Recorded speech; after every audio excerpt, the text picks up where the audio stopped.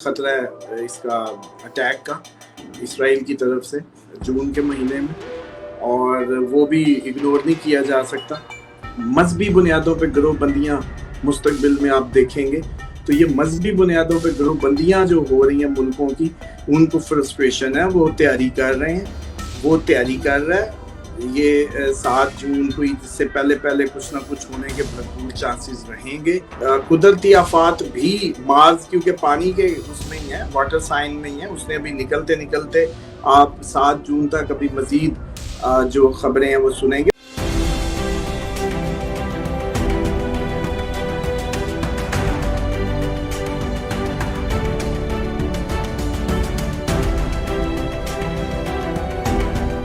السلام علیکم، میں ہوں فلک شیخ اور آپ دیکھ رہے ہیں فلک شیخ آفیشل۔ ہمارے ساتھ موجود ہے محمد اسامہ علی۔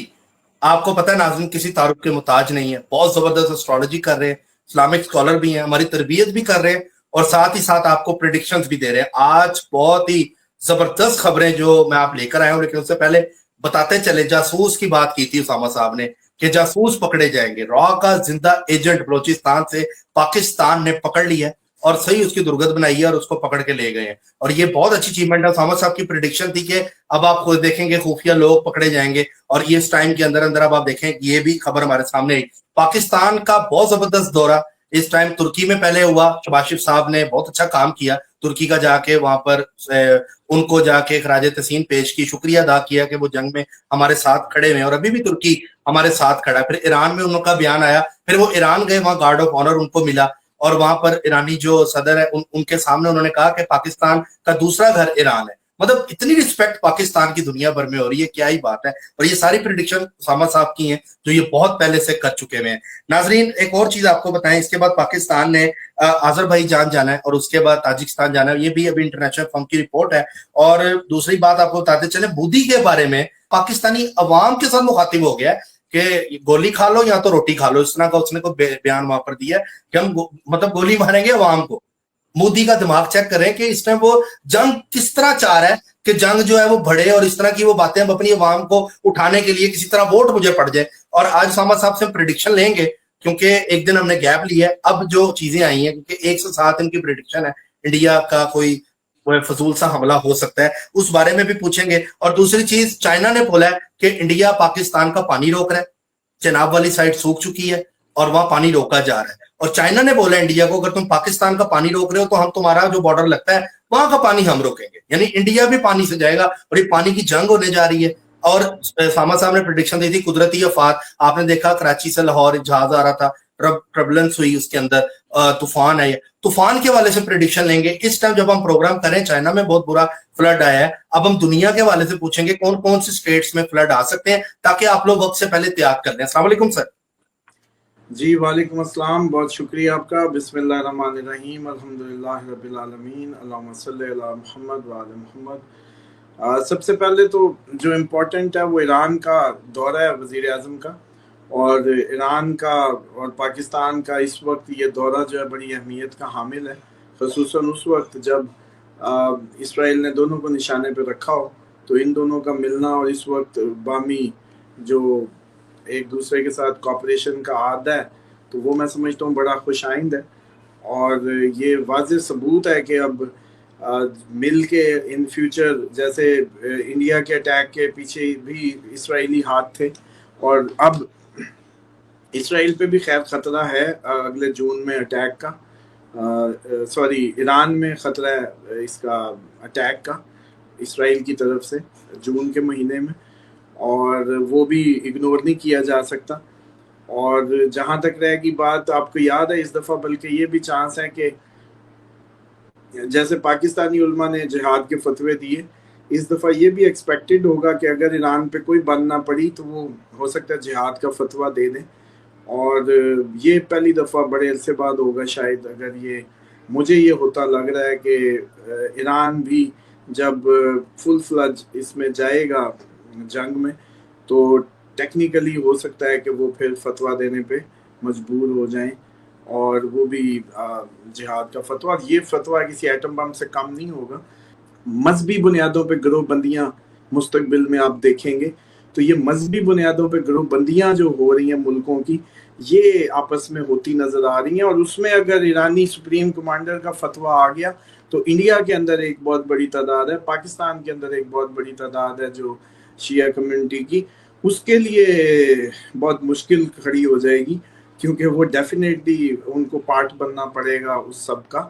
تو یہ ایک بہت بڑا, میں سمجھتا ہوں کہ اس ٹائم جو دورہ ہے پاکستان کا جو ایرانی, یہ بڑا اہمیت کا حامل ہے, خصوصاً اس وقت جب ہم لوگ حالت جنگ میں, اور اسرائیل کا اگلا نشانہ ایران ہے پاکستان کے بعد. جیسے میں نے کہا تھا, ادھر انہوں نے چیک کر لی ہے سارا حساب کتاب, اب وہ ایران کو پراپرلی چیک کر چکے تھے. اسماعیل ہنیہ پہ جو میزائل اٹیک تھا یا وہ بامب اٹیک کہہ لیں, جیسے لگا تھا, انہوں نے بعد میں ان کے صدر کا بھی جہاز جیسے ہیلی کاپٹر کریش ہوا, وہ بات گول ہو گئی یا جیسے بھی ہضم.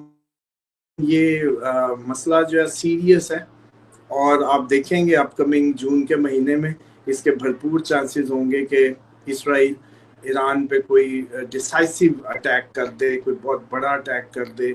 یہ چانسز بھرپور ہیں. اور اسرائیل پر بھی جیسے پہلے بتایا کہ ان کے کمیونیکیشن کے راستے, اور اس پہ بڑا مربوط اٹیک ہوگا اس دفعہ, جس میں ان کی سویلین کیجویلٹیز کے چانسز بھرپور رہنے کی امید ہے. اب آتے ہیں مودی کی طرف. مودی نے, یاد ہے میں نے کہا تھا رائتا پھیلا دے گا پھر سمیٹا نہیں جائے گا ٹرمپ کی طرح.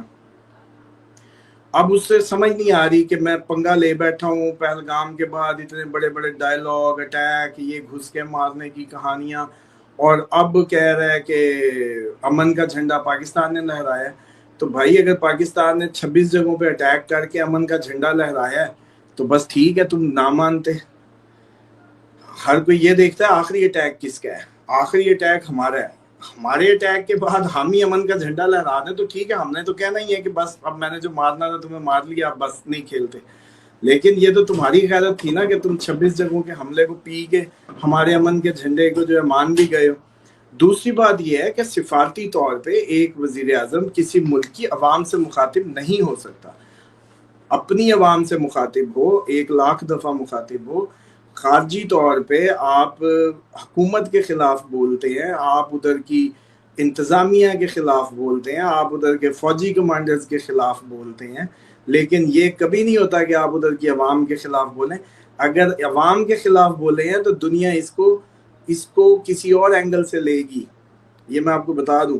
ایون اس کی نزاکت یوں سمجھیں آپ لوگ کہ جو بی ایل اے کا انہوں نے آپریشن جو کروایا تھا, انڈیا نے بی ایل اے کو جو سپورٹ کر رہا ہے, تو بی ایل اے نے جو شہری چھوڑے تھے نا, انہوں نے یہ امیج دینے کی کوشش کی تھی کہ ہم یہاں کی لوکل عوام کو چھوڑ رہے ہیں اور صرف جو فورسز ہیں ان کو ہم ہاسٹائل کر رہے ہیں. کیوں؟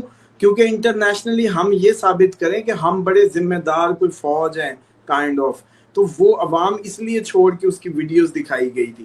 اور مودی اسی کے برعکس اپنے مطلب بی ایل اے تک کو یہ سینس ہے کہ امیج کیسے بلڈ ہونا ہے انٹرنیشنلی. یہ اپنا امیج دیکھیں کیا کر رہا ہے کہ عوام کے خلاف اس طرح بول کے اپنے آپ کو گرا رہا ہے بیسیکلی.